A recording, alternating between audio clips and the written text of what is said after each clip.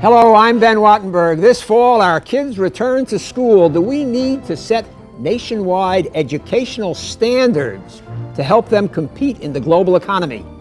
Joining us to sort through the conflict and the consensus are Albert Shanker, the president of the American Federation of Teachers and a member of the National Board of Professional Teaching Standards, Denis Doyle, a senior fellow at the Hudson Institute and co-author of Winning the Brain Race, a bold plan to make our schools competitive, Professor Kriner Cash, Associate Dean of the School of Education at Howard University, and Myron Lieberman, Senior Research Scholar, Center for Social Philosophy and Policy, Bowling Green State University, and author of Public Education and Autopsy. The topic before this House: can America's schools be saved? This week on Think Tank.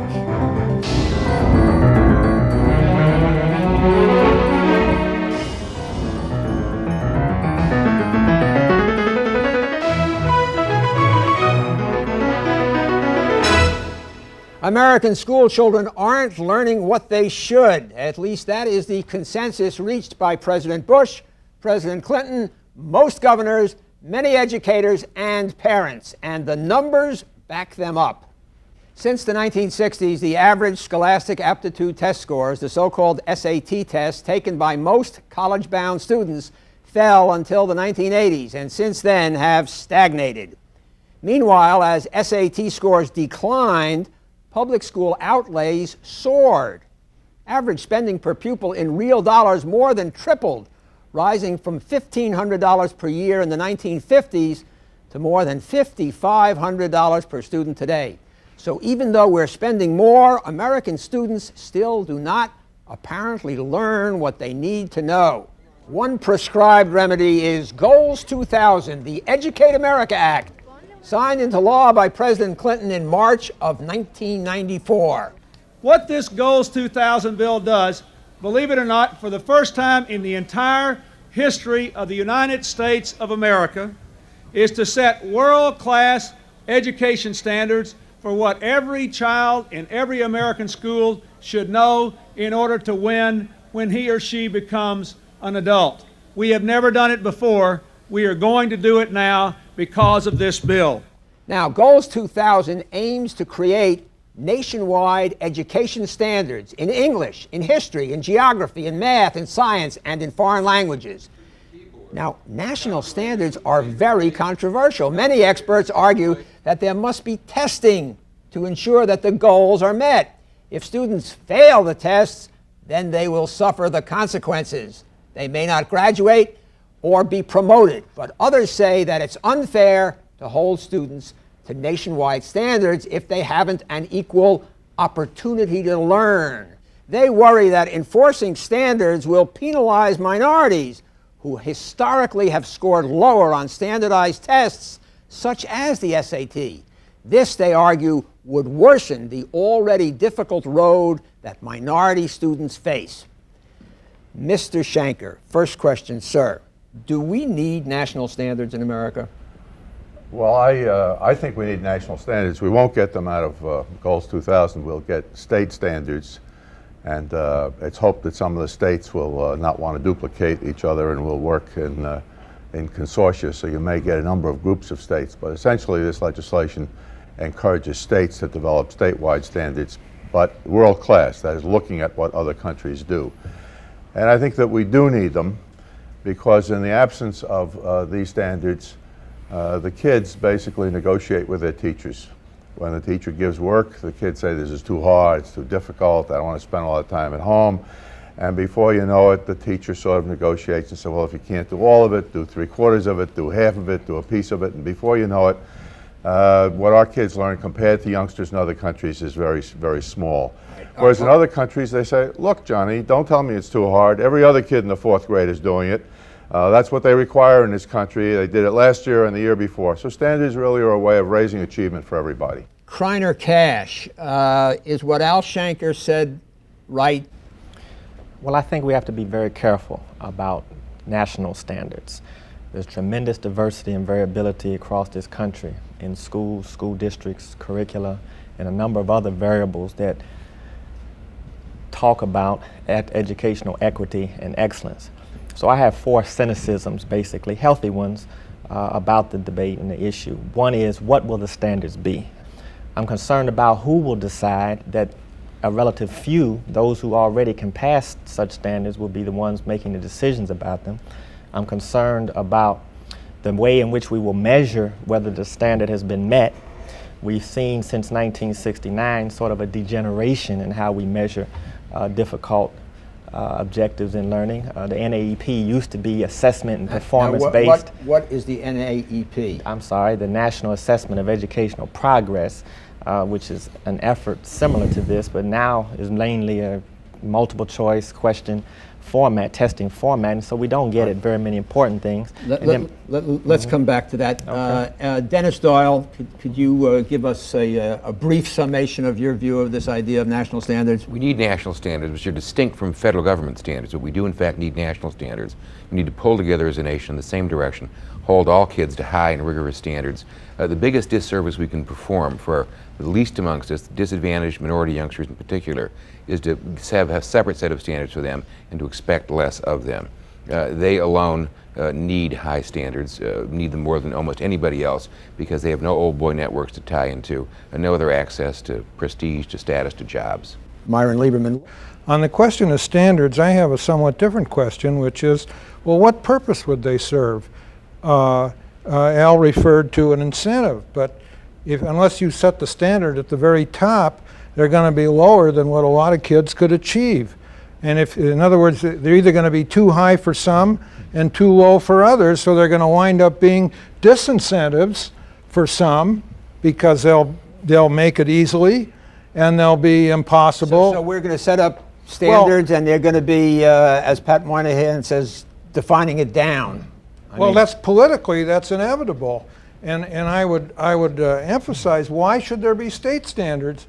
There are going to be variations within the states. If you come from, say, a community where you have every reason to expect kids to do better than the average in the state, why should they be held to a state standard? Myron Lieberman, I gather, is not a fan of this Goals 2000 legislation. Al, you were instrumental in it. How it plays out is still there's a lot of looseness in this thing, and it could play out the way Myron Lieberman says, but it doesn't have to, and I don't think it should. I would agree with him that if you had a single standard, it's going to end up being a low standard. It'll be a minimum standard, and it will actually not serve any purpose. But other countries that have standards don't have single standards. They say, look, this is the standard you must meet if you want to enter a college or university. The following standard is there if you want to go to a 2-year institution or get into some technical training program. But the purpose of these standards is essentially to motivate all of your youngsters to work harder, to reach whatever is the next higher goals, which we don't have now. Al, we have 10 states which by law admit every high school graduate to the public institution of higher education. So where then is the fact that some agency, national or whatever, has said these are what you must reach, are going to be meaningless in those states. Those kids can get into a state institution regardless. Well, you're assuming that nothing else is going to change. I would agree with you. If nothing else changes, then it's pointless to have standards, because standards that have no consequences aren't standards. They're just some sort of public relations slogans. You have to attach these things. You basically have to say to mothers and fathers and students and teachers, look, school counts. And if you meet this standard, you can get into college. If you don't, no scholarships, no federal assistance, no this, no that. The same thing with... Is that fair to minorities, Kriner? Standards alone will not make us a more competitive nation, will not make our children learn. But he's talking about standards with consequences. Typically at age, at 4th grade, 8th grade, and to graduate, if you don't hit these certain standards, you don't proceed. Well, sure. Why would we have consequences for students, though, alone? There are many dimensions to the educational enterprise, and if we want to talk about standards, let's have standards for all of the dimensions of schooling. Let's have standards for school organization and grouping practices. Let's have standards for staff development and teacher preparation. Let's have standards for the way we grade and evaluate and measure students. Let's have standards for the way we train educational administrators. Let's have standards for school financing systems, which are vastly inequitable. So that the students can compete equally. You know, that comes later. right. That follows. You had a lot of states in this country. As a matter of fact, if you look at the NAEP results, one of the most interesting changes Again, that in is the recent years, National Assessment of Education. It's basically a sampling Right. of, they take a large group of youngsters across the country at different grades and different subjects to see how they're doing this year compared to 3 years ago and 6 years ago. And they do it in reading, writing, mathematics, other fields. And the interesting thing is that in the 1970s and 80s, the group of youngsters who made the greatest progress were black and Hispanic youngsters. And if you look behind it, why was there all this progress? It's that in the 1970s, a bunch of states, starting with Florida, said, from now on, no high school diploma unless you can function at a certain level. It wasn't a very high level, but the first time they gave the test, the majority of these youngsters failed. The next year, fewer failed. The next year, fewer. By the way, there were new teacher training programs, there were new tech, all these other things followed. And right now, within those states, on these standards, which are admittedly very low, there's practically no difference between minority youngsters and other youngsters. So you put something in place, attach some consequences to it, and then these other things fall into place. Whereas if you wait for everything else to happen before you put the standards in place, it's not going to happen. Kriner, if we don't have consequences attached to the standards, aren't we shortchanging those minority students? I mean, they will graduate, but they will graduate with a funny money diploma. We're talking really about at-risk children who also are poor.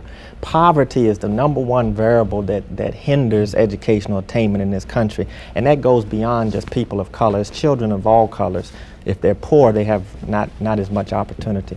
Well, let me make just a couple points here. One, George Stigler, a Nobel Prize-winning economist, estimated that 90% of what people know and use on the job does not come from formal education. And somehow, and we know that a high school diploma in this country is basically meaningless. And the Goals 2000 Act, for example, has a goal: 90% of the kids must have a high school diploma. It means they must have a meaningless piece of paper.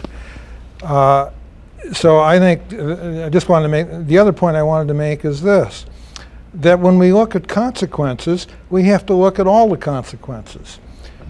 The minute you begin to, let's take in those 10 states that now admit everybody.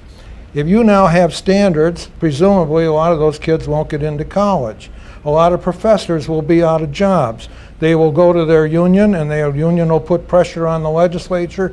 They will argue that you're depriving minorities of jobs, and you're We happen to have a union president here with us. I'd like to find out just in how many states are the teacher organizations putting a bigger priority on standards than they are on the loss of jobs, which would be inevitable if we really had high standards. First of all, if it did result in loss of jobs, that's too bad. I mean, but it doesn't. I don't think it would result in loss of jobs. The fact is that you have very high standards for entry into universities in, let's say, France and Germany, but they take a smaller percentage of students in, but they have a higher percentage of the cohort who actually graduate, because we allow lots of youngsters in who can't read, they can't write, they can't count. They spend a lot of money taking junior high school and elementary school remedial courses in a university, and then they drop out.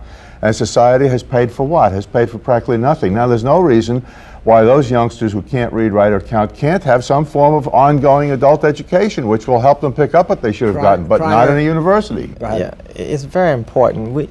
Students want to be successful. All children want to be successful. If in their learning, they're successful, then they'll continue to want to learn. I have no doubt that each and every child in this country can reach and attain and exceed any standard that we would set. The issue is setting the standard and having the that's really not a difficult challenge. We've seen that before. The issue is, are we going to address and adapt all of those other variables of schooling so that all the children can learn to their potential? Our children are learning things every day. Look at the tremendous creativity and vitality that they demonstrate in out-of-school hours and in other non-school activities. They can learn, but we don't have assessments for that kind of thing. So I'm concerned about what the standards will be, how we will measure it, and how we'll use the results. Yeah, let me suggest this. The only good news in the American education scene now is that there's so much slack in the system that we have nowhere to go but up. The biggest slack, of course, is amongst youngsters, of whom too little is expected and as a consequence don't deliver very much. Kids are not workers in most schools. They don't work very hard as compared to the international competition. They don't study very long hours. They don't do much homework. In a perverse kind of a way, that's an opportunity because they can do a lot more. A lot more can and should be expected of them. Similarly, school districts should expect more of themselves. We are dominated by a culture of school boards which micromanage, for example. There are some very good public and private schools in America, aren't there? Well, there's some stunning ones. Al is a graduate of Peter Stuyvesant, maybe the best public school in and America. I'm a graduate of the school that used to beat Stuyvesant in football every year, DeWitt Clinton High. That's right. I will sing the fight song if you'd like. Yeah. Well, I think the interesting thing about American education is not so much that youngsters who are disadvantaged aren't making it. That's true, and it's deplorable, and we ought to do something about it. But I think and that's also, by the way, true in other countries where you take various minorities, they generally don't do as well. But I think what's interesting about American education is that youngsters who have no excuse, youngsters who come from upper and middle class families, who go to Europe or Asia in the summer, who go to summer camps, who've got books at home, whose parents went to college, that they aren't learning how to read well and that they can't write. If you look at this again, this National Assessment of Educational Progress, and ask what percentage of the youngsters who graduate American high schools are able to write a decent essay after 12 years of education, the answer is about 3%. Now, there's no country in the world. In Germany, you have to sit for 5 days for an abitur to get into a university. 30% of the kids in Germany are able to write essays for 5 days, or in France, the bac, or the A-levels in Great Britain. Dennis Doyle, aren't you going to get a situation skewed against minorities when you have these kind of standards? We saw what those graphs No, I think we have like. just the opposite. I think the situation now is very definitely skewed against minorities. They don't know what's expected of them. They have no measures that they can hold up to be proud of personally or to demonstrate to employers or to the military or to higher education that they can make it. Indeed, the system now is really stacked against them very badly. And to make matters worse, there is no uniformity among schools. So a youngster from a poor inner city school who gets straight A's may think he's done very well, but compared to a youngster who's gotten straight A's from a prep school or suburban school, he's not done well at all. So the youngsters are being deluded by the adults around them who lead them to believe that they're doing more than they are. It's really a cruel hoax on these kids. We are skirting around a very basic problem here, this use of the word minority. There are some minorities that are doing very well in formal education and afterwards. The Japanese, the Chinese, the Jews, the Armenians, and so on.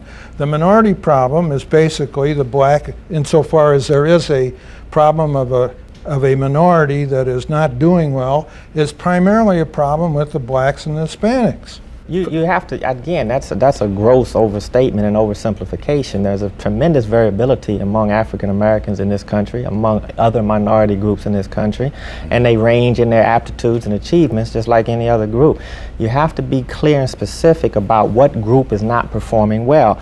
And these are typically groups of children who are poor, who are in schooling conditions that are separate and unequal, who have poor quality instruction, who are not helped in after-school hours, and a whole range of other kinds of things that we know contribute to high achievement. If students in other countries, or even in this country, spend 15 to 20 hours a week on homework, and that might be your child, might be mine, and another child spends less than 1 hour a week on homework and working after-school hours, then there's going to be a disparity in achievement. Does spending more money on education? No, it's not spending more, Help? it's how you use the money that we have. We already have a tremendous amount of money in education. It's tremendously wasted. So the issue is, how can we reallocate and re-emphasize and position resources to make the maximum difference on the group of learners that we think we need to bring up. Let me second the motion. Chapter 1, Title 1, the federal program for disadvantaged youngsters, created by President Johnson, $5 or $6 billion a year now. A very large program by federal standards for education, and a very well-intentioned program. Most of it's run by taking kids out of the regular classroom into a broom closet or an empty room someplace with a teacher for a little tutorial or small group work for an hour a day. In some districts, they are finally beginning to experiment with a much more interesting and exciting idea to offer Chapter 1 as an after-school program, or as a weekend program, or as a summer program, so the youngsters are not denied their normal classroom contact. The money's already in the system, the books are already, the teachers are already there. It's a beautiful example of how you can redeploy existing resources to greater effect. You know, these opportunity to learn standards really mean two different things. One of them is, did the kid actually get, was there an effort to teach them that? I mean, if this is what you're going to test at the end of the program, was there an effort to actually teach what is going to be tested? Can the youngster say, hey, look at these 15 questions here. None of these ever came up in the last 3 years, so I'm being asked to answer questions which I've never dealt with before. That's one set of issues. The other set of issues has to do with the fact that we are the only democratic industrial country in the world that has a locally based system of education. Well, I was going to get to that. Does it make any sense for one kid to have $15,000 a year in public money spent on them, and in another place $4,000 a year because the local real estate taxes are different? But it's coming from local school taxes. I mean, most of the education money in America comes from local sources, has nothing to do with federal sources. Yeah, but how can you justify having a country or a state? How can you justify the notion of equality of educational opportunity if you have a country where youngsters with the greatest needs in terms of poverty, in terms of discrimination, in terms of family breakup, in terms of health conditions, they're the ones who have the smallest amount of money, or smaller amounts than those in neighboring areas where they have all the advantages? How can one speak in general about equality of opportunity if you actually are giving them less? There are certain points below which, if you don't have textbooks, if computers are going to be used by everybody tomorrow, you have a school that absolutely doesn't have any, there are certain points below which you can really say you're not giving these kids an education. And so it's not a question of being absolute about it and saying every kid in the country has to have $50, $300 spent. But there are points below, and there are districts within this country that are below those points where it's the equivalent of living in really dangerous substandard housing, or living on a starvation level, or not having any access to health care.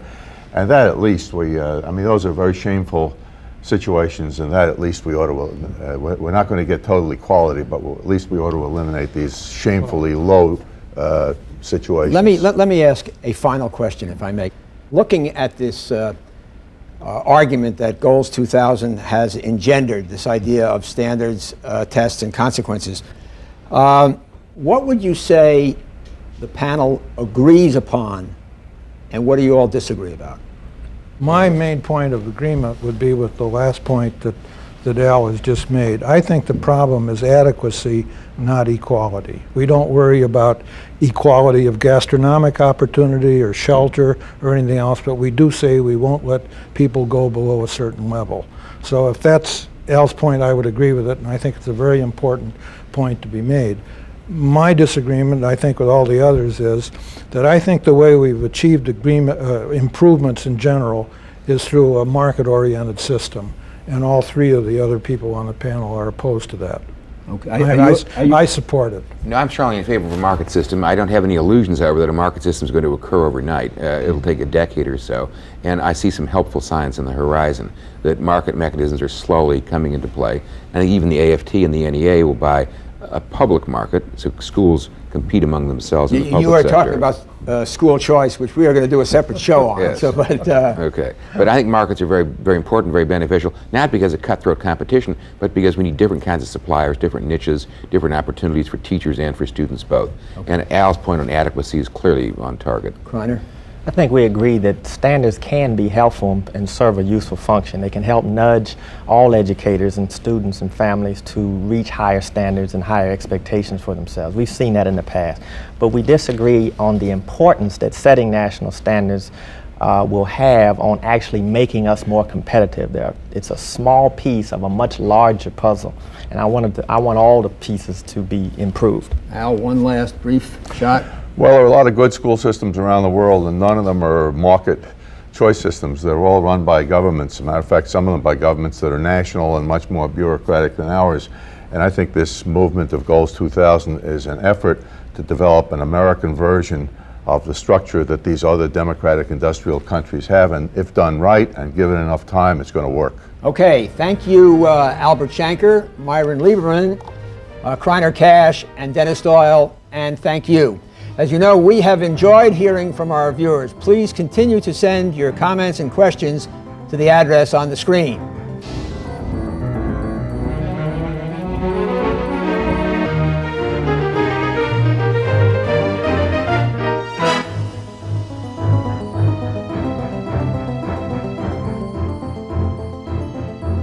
For Think Tank, I'm Ben Wattenberg.